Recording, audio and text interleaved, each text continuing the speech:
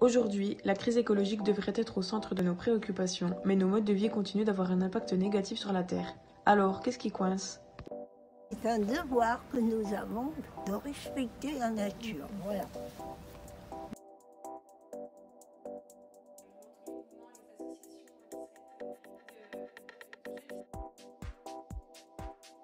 D'associer un comportement, une action que je fais au quotidien avec quelque chose qui est très très lointain, une conséquence que je ne vois pas, qui n'a pas d'incidence sur ma vie au quotidien.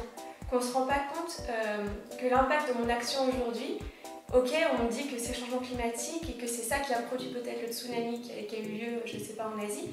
Mais c'est très difficile à raccrocher en fait. Pourquoi j'éteindrai mon radiateur, l'action de tourner une molette et les changements que ça peut produire vraiment plus loin, pôle Nord, etc. On va agir parce qu'on sait, on perçoit un danger, on perçoit quelque chose qui se passe et du coup on va avoir tendance à adapter son comportement en fonction. Mais si ça reste très abstrait, très lointain, ça se passe ailleurs, ça se passe pas chez moi, du coup on va pas avoir tendance à changer.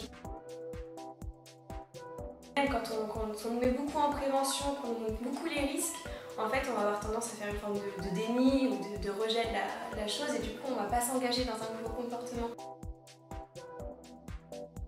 Effectivement, on est tous dans un confort au quotidien, on s'est tous installés dans ce confort-là, c'est des habitudes de vie, des choses ancrées. Des habitudes, ça fait 100 ans qu'ils sont prises d'allumer l'électricité tout le temps, le chauffage à fond et autres.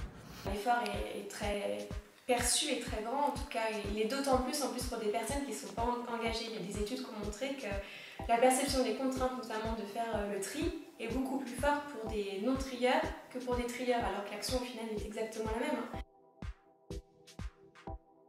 Pris individuellement, on peut se dire oui, mon action elle sert à quoi? Elle sert à quoi si moi aujourd'hui j'éteins mon radiateur mais mes voisins ne le font pas?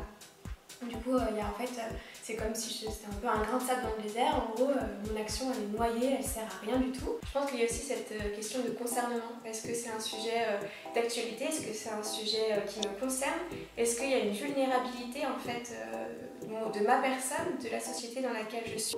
Du coup, il y a vraiment l'enjeu de rendre visibles les actions des autres, mais aussi que du coup les métropoles, les collectivités, l'État, etc. soient exemplaires sur ces actions-là, qu'elles montrent ce qu'elles font et que ça renforce l'effet de c'est une action collective, on y va tous ensemble et tout le monde met un peu la main à la pâte. En fait.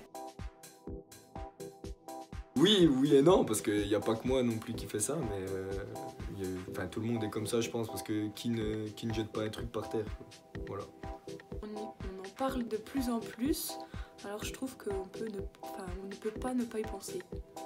J'y pense jamais, mais sauf quand je vois des sujets choquants qui me marquent, genre comme quand il y avait eu sur Snapchat le truc de ramasser les mégots sur la plage et tout, qui remplissaient des bouteilles. Le fait que je pense qu'il y a des gens qui agissent de plus en plus, mais on ne s'en rend pas compte parce que aussi c'est des petites actions qui sont un peu essemées en fait. On n'a pas une conscience collective de l'effort qui est fait par chacun.